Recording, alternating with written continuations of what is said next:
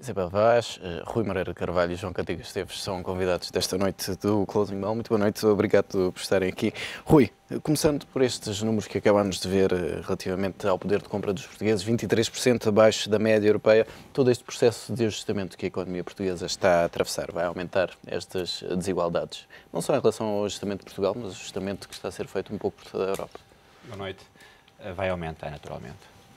Digamos, a famosa procura de coesão vai ficar cada vez mais. Vai por água abaixo todo o esforço de consolidação e de aproximação. Mas é o custo, digamos, é o chamado de investimento, não é um custo. É um investimento para que o amanhã seja mais profícuo, melhor. De facto, não é simpático escutar, porque quando se diz que o valor afeto às rendas aumentou, porque o rendimento disponível tendeu a diminuir. Portanto, aquilo é um custo relativamente fixo. As pessoas cortam em tudo, menos na casa, que de facto a renda está relativamente fixa, mesmo considerando que o spread diminuiu de uma forma significativa nos últimos 3 anos. Pronto, Mas qual é o processo? A Europa ainda consegue reparar este processo e voltar a ter um caminho de convergência? Ou esse é um caminho que não pode ser feito? Não, eu penso que a questão tem que ser colocada ao contrário. Só esse, se é uma Europa com várias pátrias, no fundo que é isto o termo de Gaulle que ele utilizou, ela só vai tender a ser uma Europa federal, que é o termo novo. E esta crise introduziu esse tema na agenda. Hoje em dia, qualquer cidadão dito europeu aceita que para sermos mais iguais temos de ter iguais responsabilidades. Portanto, é o caminho que vai ter que ser trilhado, que senão não faz sentido haver Europa. Agora, ele tem que ser trilhado de uma forma uniforme, ou seja, com uma coesão social, que no fundo é o resultado de quê? De uma coesão fiscal, de uma coordenação orçamental e de uma união dita bancária, que é o último termo que entrou na agenda. A última grande proposta para tentar resolver esta crise. Antes de olharmos para esses temas, olhando para a economia portuguesa, Isabel, hoje o Ministro da Economia esteve no Parlamento, falou mais uma vez num momento de viragem, mas perante os números que temos visto de desemprego, deste poder de compra abaixo da média europeia, o Governo deveria ser um pouco mais contido nestas declarações? É assim, eu percebo que, por um lado, o Governo tenta, enfim, dar alguma mensagem de esperança, que há uma luz ao fundo do túnel. Eu, se estivesse no lugar deles, abstinha-me de falar, porque acho que o discurso mais cuidadoso, porque as pessoas já não têm ilusões, não é? Portanto, neste momento, eu acho que as pessoas já não esperam que os políticos lhes vendam pássaros e flores. Portanto, eu acho que neste momento o que as pessoas querem é que os políticos lhes digam a verdade, exatamente o que é que se está a passar. E, portanto, as pessoas não são burras e portanto, veem que a Europa está tudo menos definida. Aliás, basta assistir estes últimos 2 dias da reunião do G20 para perceber que entre eles há pancadaria de meia-noite, não é? Portanto, basta ver as declarações do Cameron em resposta ao Hollande e a resposta do Durão Barroso ao Obama para se perceber que as pessoas estão longe. Toda a gente a tentar passar a culpa para o próximo. Quer dizer, ou seja, as coisas estão longe de estar resolvidas e é evidente que Portugal não vive sozinho no mundo e no Estado europeu, não é? Portanto, nos Estados europeus. E, portanto, eu acho que, neste momento, o que eu acho que se deve dizer é que, obviamente, já foram dados passos importantes, os sacrifícios têm sido brutais e não têm caído em saco roto, ou seja, de facto estamos a fazer algum caminho que é importante, mas não devemos prometer, nem que estamos, quer dizer, as frases, estamos no ponto de viragem, 2013 voltamos aos mercados, quer dizer, ninguém, neste momento, acho que nem Deus pode dizer o que é que vai acontecer, porque ninguém sabe e, portanto... E a questão das reformas estruturais sem precedentes, também se pode assumir esse tipo de declaração, nesta altura, passado um ano? É assim, eu acho que ainda não foram feitas reformas estruturais sem precedentes. Enfim, estamos neste momento, finalmente, a aprovar o novo Código do Trabalho, que enfim, é um passo importante, mas não é sequer tudo o que se podia ter feito, na minha opinião. Mas relembro que ainda não entrou em vigor. Quer dizer, nós vivemos na época da... Por etapas. E não é só isso, e dos anúncios, mas efetivamente nós já estamos a sofrer por antecipação uma série de anúncios, mas efetivamente o Código de Trabalho ainda não entrou em vigor, portanto ainda vai entrar. Lá está, ainda hoje é engraçado que vi. Engraçado, não tem graça nenhuma, dada a notícia que é, mas hoje é que estavam a cair na internet e nos blogs uma série de avisos. Hoje é que a função pública vai ficar sem o subsídio de FES, quer dizer, mas já sofremos esse corte Quer dizer, as pessoas já sofreram mentalmente e psicologicamente esse tema desde há um ano, não é? Portanto, mas agora é que vai avançar, portanto, ou seja, mas em termos mesmo das ditas reformas estruturais, eu penso que o Governo está numa encruzilhada tremenda, não é? Porque todas as reformas estruturais, no final do dia, significam desemprego. Porque as reformas estruturais é, de facto, continuar a retirar da economia o falso emprego, não é? O emprego que existe só porque não somos eficientes, só porque não queremos ser mais produtivos, porque quando o formos ou atingirmos os rácios de eficiência e de produtividade dos outros países, significa que efetivamente hoje há emprego que não faz sentido existir. Mas quer dizer, mas por outro lado, se fazemos esse caminho mais depressa, obviamente estamos a aumentar os níveis de emprego. O ajustamento é doloroso. O ajustamento é muito doloroso, aliás, no fundo esse eu acho que é o grande debate que hoje existe, não é austeridade versus crescimento. O grande debate que a Merkel está a pôr na Europa é sofrer para, no fundo, termos resultados no longo prazo, ou as pessoas que estão, obviamente, numa lógica ainda de muito curto prazo, mas que é, obviamente, porque é doloroso viver todo este processo. Mas, no fundo, foi aquilo que nós já falámos aqui, não é? A diferença entre andarmos a brincar no 9º ano, no 10º, 11º, 12º, e amanhã são os exames. E agora, de repente, queremos, numa semana, aprender para o exame de matemática que é amanhã aquilo que devíamos ter feito nos últimos 4 anos. É evidente que é muito difícil. Aqui o que se põe outra vez é se a Alemanha está... Obviamente nós prevaricámos, não estudámos, e agora ela está-nos a dar uma semana. Está-nos a dar uma semana para estudarmos para o exame, ou se nos ia dar pelo menos 2 meses ou 3, e mesmo assim já era apertado. Mas quer dizer, mas no fundo essa é que é a grande discussão, não é austeridade versus crescimento, é de facto ser estrutural nas medidas que estamos a tomar e, portanto, que elas são de longo prazo, mas no curto prazo implicam efetivamente sofrer. E aqui o curto prazo, enfim, a história faz-se, obviamente, em longos períodos de tempo, ainda só passou um ano, nós vivemos na era da internet e, portanto, um dia é muito tempo, não é? Na cabeça dos jovens, sobretudo, é muito tempo, mas, efetivamente, quer dizer, quanto durou, professor, a crise, a grande depressão nos Estados Unidos a grande depressão, foram anos, não é? Quer dizer, nós ainda só passou um ano e já estamos aos gritos, não é? Portanto, essa que é a grande discussão, é longo prazo versus curto prazo e verdadeiramente as reformas estruturais. E os governos, obviamente, até porque têm eleições de 4 em 4 anos, obviamente cada vez são mais pressionados para os resultados de curto prazo. E essa é que eu acho que é a grande discussão que se está a ter e a grande discussão de Merkel versus Obama, até no limite, não é? Porque o Obama, a última coisa que pode falar neste momento é com uma economia miserável como está nos Estados Unidos. Com eleições daqui a meses. A última coisa que pode, exatamente, e sobretudo tendo tido toda a desregulamentação dos mercados financeiros, by the way, vem de lá.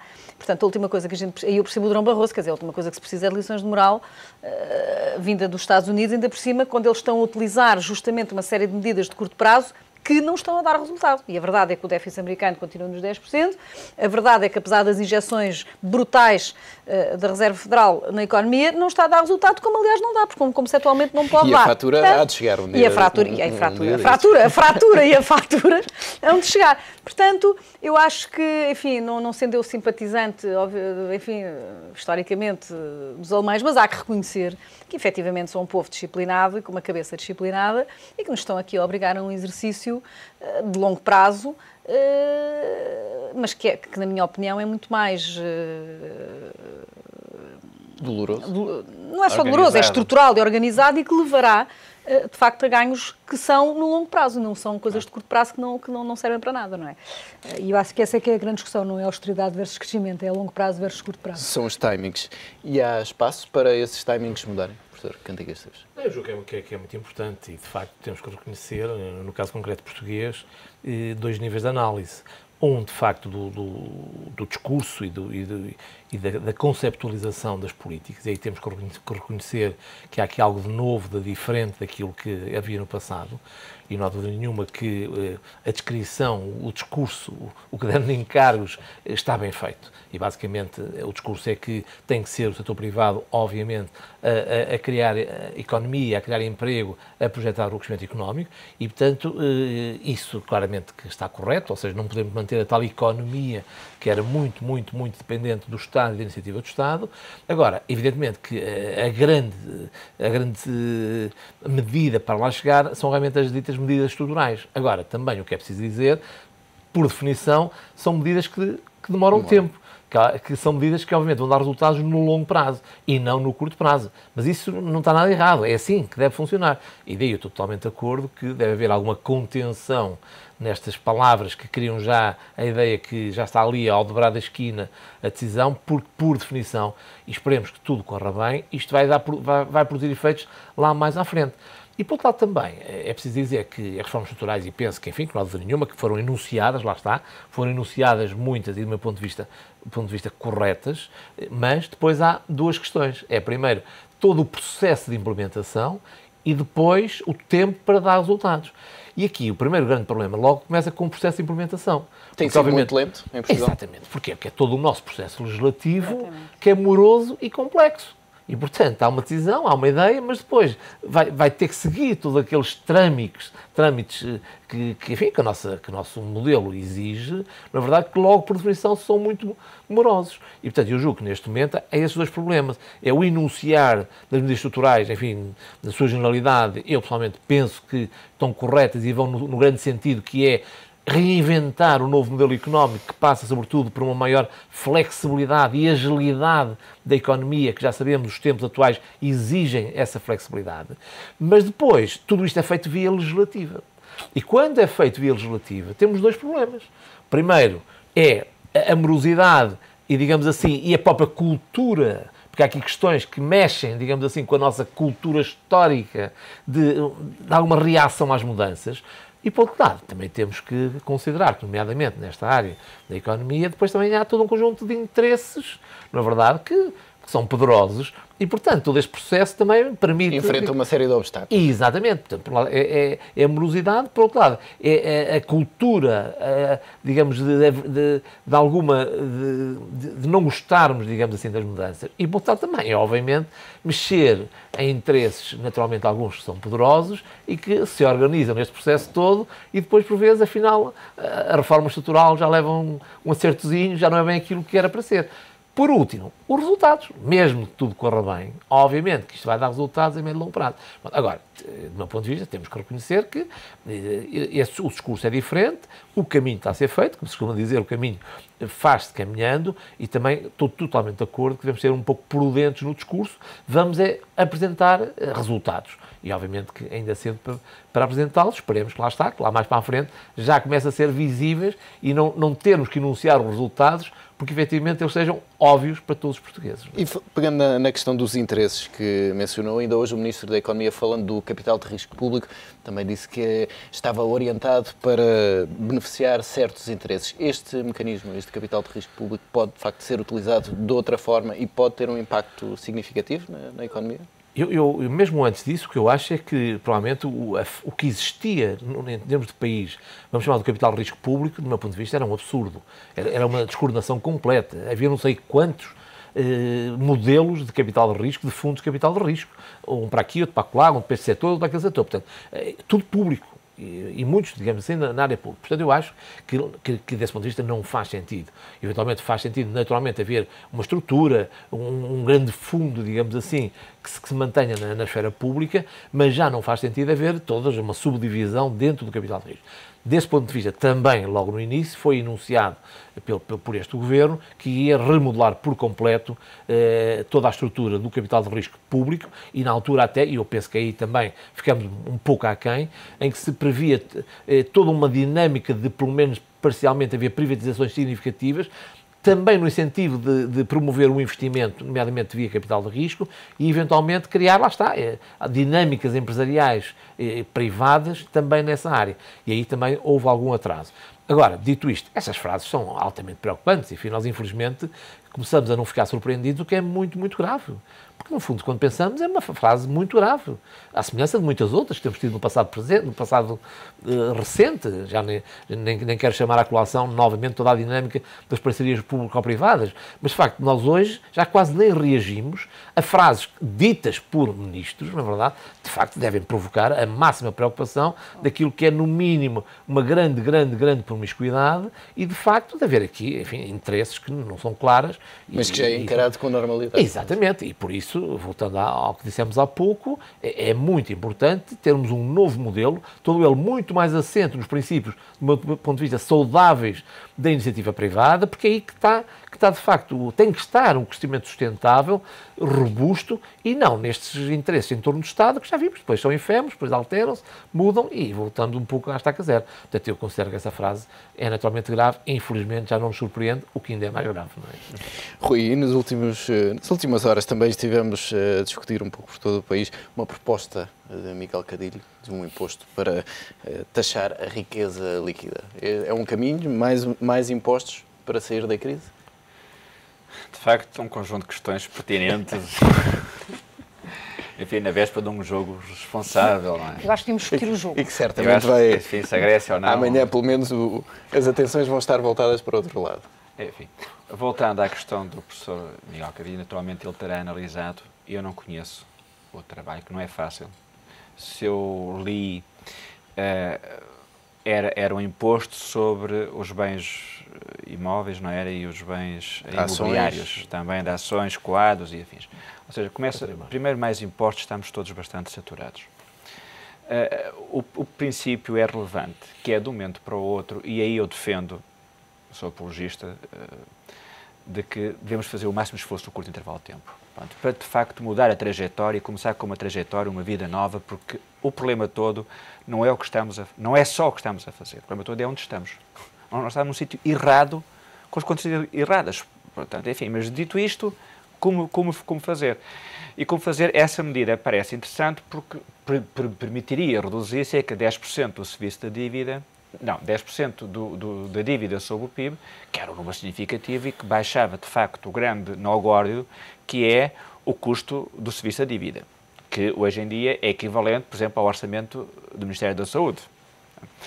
Bom, agora, como é que nós aumentamos mais impostos? É difícil perceber como é que se coloca. Eu, pelo menos, não consegui entender, reconheço que não conheço o processo, li um enunciado do Jornal de Negócios, portanto, não deu para perceber. A segunda parte, há bens que são mais facilmente identificáveis, não é? No curto prazo, mas a seguir a pessoa foge com eles, porque, de facto, se você aumentar os impostos, manda o bom senso em que eu os ponha um sentido que seja reduzido. E depois eu vou, finalmente, à essência, que é, nós tentamos castigar quem tem o mérito e quem lutou ou quem poupou. Eu, há bocado, quando ouvi isso na rádio, vinha a conduzir, lembrei-me, enfim, do exemplo que pode não ser muito feliz, mas imagino que eu estou a trabalhar numa cervejaria e estou a servir a pessoa que no fim do mês vai lá e vai comer o seu marisco, a sua cerveja, enfim, e por aí fora. Eu sou o funcionário, que por muito pouco que eu ganho, consigo fazer poupança. E estou a servir aquela pessoa que eu sei que não faz poupança, que vive do cartão de crédito, que chega ao fim do mês que não vai ter mais crédito. E, ainda por cima, pode ter o azar de perder o emprego e depois não tem capacidade de pagar. Então sou eu que estou a servi-la, a trabalhar, a aturar, que depois vou ter que suportar a pouca disciplina, que há bocado disse a Isabel, de quem lá teve a gastar. Portanto, se eu... aumentar os impostos deveria ser mais sobre o consumo? Não, mas para penalizar o consumo quem... não é possível mais. Trocávamos há bocado uma questão sobre o trabalho do FMI, que publicado na segunda-feira, a dizer que a austeridade não era uma boa solução para os países do Sul. E tive o cuidado de respeitar, não consegui ler com atenção, e o que é que sugere? Aumentar os impostos sobre o consumo, que em rigor é aquilo que é mais fácil, imediato, mas é o mais difícil. Como é que aumenta 23%? Qualquer um de nós que quiser fazer umas obras em casa, perguntam o que é com IVA ou sem IVA. Vamos ao dentista, o que é com IVA ou sem IVA? Ora, a pergunta não era colocada há 4 ou 5 anos, porque não fazia sentido, 16% não fazia sentido. O problema é quando nós começamos a fazer sentido isto, depois reverter já não é fácil. Porque as pessoas tendem Instala-se uma economia paralela. E que não conseguem sair dela. Você instala-se no paralelo, como no paralelo você não tem contabilidade, por ter contabilidade você não tem balanço, não tem balanço você não pode ir ao banco financiar-se. Então você não tem capacidade de promover o emprego via crescimento económico. Portanto, não conheço a medida, não quero fazer a opinião, o professor Miguel Cadilho é suficientemente capaz de, naturalmente, de dar sugestões corretas. Agora, eu fico particularmente assustado quando ouço falar em aumentar os impostos. Repare, não digo que não fizeram bem ter aumentado de 21 para 23. Naquele intervalo de tempo foi relevante e vê-se como é que quem tem dinheiro olha para Portugal. E, de facto, Portugal tem tido nas últimas semanas evoluções... Uma série de elogios. E não só elogios eu posso dar, mas não emprestar o dinheiro. E há 11 sessões, por exemplo, o financiamento, as IELTS a 5 anos, nós estamos a valores de março de 2011. Há 11 sessões seguidas que está a cair, enquanto Espanha e Itália está a subir. As IELTS a 10 anos, que é de referência, está a valores de abril de 2011. Está em 10,44, quando a direita estava a 18. Portanto, eu não sei o que é os elogios. Eu sei que este é quem tem dinheiro e que nos quer emprestar dinheiro. Por exemplo, nós hoje financiamos a um ano mais barato que Espanha. Espanha financiou-se ontem a 5,02, nós financiamos nisso a semana passada a 3,82. A 3 meses financiámos a 2,4%. Portanto, neste sistema vale a pena eu estar a cumprir aquilo que estou a cumprir para poder dar um passo à frente. Mas como bem há bocado disse a Isabel, isto é um passo, permitimos estar nisto no intervalo de tempo. Agora, não é razoável pensarmos que vai ser a longo tempo. Eu aqui tenho um pequeno pormenor, só para concluir isto, que é, temos que fazer projeções, e pensei que os economistas também ajudam, e provavelmente a recessão não vai ser aquela que foi prevista, 3%, e aí já começamos a ter uma margem razoável de dizer que não vai ser, a não ser que de facto aconteça um cataclismo, que não deve acontecer, eu penso que não vai acontecer. A segunda questão, provavelmente no próximo ano já vamos ter crescimento económico. Portanto, se o indicador for apenas o crescimento económico, este já poderá vir a ser positivo. Só que o emprego vem atrás 1 ou 2 anos. Portanto, a ponta de infiltração vai demorar muito. É o tal momento de viragem de que fala o Ministro da Economia. Pode ser. Pois. Agora, se é isto que ele quis dizer, fica para ele, vamos ver o que acontece. A história é feita sobre o passado. Portanto, aqui é um ano que a gente vai olhar para trás e ver se, de facto, mudamos a tempo. Se isso se confirmou. Isabel, muito rapidamente, olhando para a Grécia, já tem novo governo, mas que, no fundo, volta a baralhar os partidos que lá estiveram ao longo dos últimos anos. Mas será que há aqui uma diferença na vontade política? Enfim, eu acho é que, não sei se é vontade política ou se é terem percebido que não tem outro remédio, não é? Eu acho que, enfim, coitados, os gregos estão de facto numa situação complicadíssima. E quando eu digo coitados, o povo grego, não é? Que está completamente torturado, digamos, por sucessivos governos que efetivamente não pegaram na Grécia.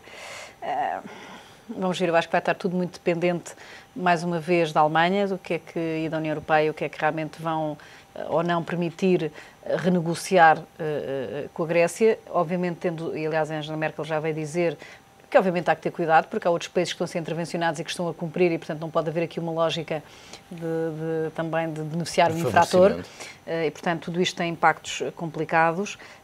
Eu às vezes recordo-me sempre, não é, das parábolas bíblicas em que, no fundo, que é o filho pródigo, não é? O que se portou mal depois, enfim. Mas objetivamente, isto são equilíbrios muito complicados. Eu penso é que eles tomaram consciência que efetivamente vão ter que mudar porque apanharam um susto à séria, não é? E eu penso que quem esteve atento na semana passada às declarações feitas pelos vários organismos, desde o Bundesbank, Angela Merkel, União Europeia, Holanda, etc.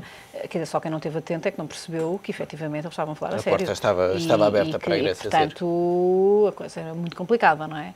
Portanto, eu não sei, Deus os ajude, como dizia o outro, mas de facto é muito complicado. Já agora, se permites, Ruben, eu estou absolutamente contra estas coisas de mais impostos. Quer dizer, porque não tarda muito, aliás, veja-se a resposta que o Cameron deu ao Hollande, justamente, vou já estender aqui um tapete vermelho para todos os empresários franceses virem investir para a Inglaterra e criarem emprego em Inglaterra, que é para nos ajudar a pagar as escolas e não sei o quê. Portanto, é assim, nós vivemos num mundo global. Quer dizer, nós já temos, os nossos empresários já não existem, não é? Já estão completamente pauperados. Não há capital em Portugal, não há nada. Está tudo completamente... Aliás, às vezes a resposta que Francisco Balsemão, até com alguma graça, deu que até está disponível para dar a fortuna, se bem que já não é grande coisa. Portanto, quer dizer, esta coisa dos ricos paguem a crise, já não há paciência também. Quer dizer, os políticos às vezes começam a pensar em coisas mais criativas sem ser sacar dinheiro às pessoas, não é?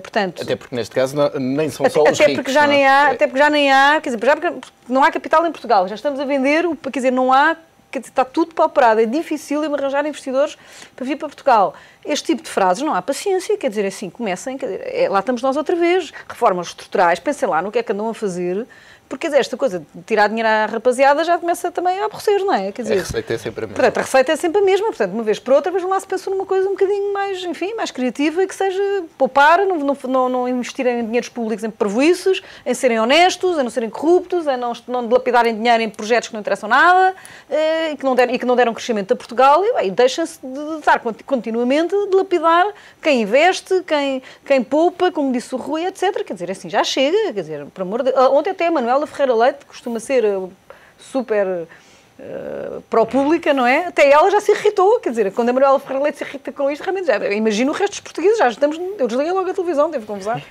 João Cantigas Esteves, não há de facto mais espaço para pelo contrário, temos a ganhar espaço para reduzir impostos. Hoje em dia a fiscalidade é totalmente determinante para o investimento estrangeiro, etc, etc. Gosta ou não se gosta, isso é uma realidade em economias abertas e, portanto, aquilo que nós temos é que arranjar espaço para reduzir os impostos, porque, infelizmente, muitas medidas que podiam ser boas não avançaram sempre por esse problema. O caso da redução da taxa social única, que já falamos aqui, e, por exemplo, agora, neste momento, a própria União Europeia de Bancos, provavelmente também, neste momento, está com esse dilema. É que a ideia é interessante, mas, neste momento, começam a querer discutir como é que vamos financiar e lá vem, mais uma vez, ideias peregrinas de eventualmente imposto sobre as transações financeiras ou outro. Portanto, eu acho que é complicado. Relativamente à Grécia, só uma nota que eu julgo de otimista, apesar de tudo, porque eu acho que entre as duas eleições houve aqui algumas notas que merecem referência. E aí até com uma saudação especial à democracia. Porque, primeiro, aquelas sondagens, a primeira, em que disse que 80% dos gregos eram a favor do euro e que agora passou para 90% dos gregos serem a favor do euro, eu acho que foi muito interessante e fez uma coisa absolutamente fantástica, que obrigou literalmente todos os partidos, incluindo o Syriza, que era completamente, aparentemente contra, a declarar que é a favor do euro. Ficar no euro. Exatamente. Seja ou não seja, a verdade é que ouviu. E aí foi a força do povo grego que começou a virar. E eu estou convencido que depois de tanta discussão, de tanta discussão, do meu ponto de vista, até errada, para não dizer ainda coisas mais extremas, de que acaba o euro, o fim do euro, sai do euro, etc. Para muitos economistas e até alguns ilustres, alguns até com prémio Nobel, andam frustradíssimos porque já passaram anos e nunca mais acontece nem o fim do euro, nem a saída sequer da Grécia, pelo menos a saída da Grécia, começam a ficar um bocado cansados, embora não desarmem. E eu acho que isso é um sinal importante. E, por outro lado, também, as eleições, eu estou de acordo, não está nada resolvido, obviamente, mas há aqui um primeiro sinal. E penso que os partidos que foram agora chamados à colação, em particular, a Nova Democracia ganhou e o PASOK, eu acho que têm um dever muito, muito grande para com o povo grego. Foram eles que, de facto, estiveram na linha da frente dos enormes problemas que a Grécia tem, que está a atravessar, e, portanto, eles agora é-lhes dado uma segunda oportunidade para fazerem algo definitivo por aquele país.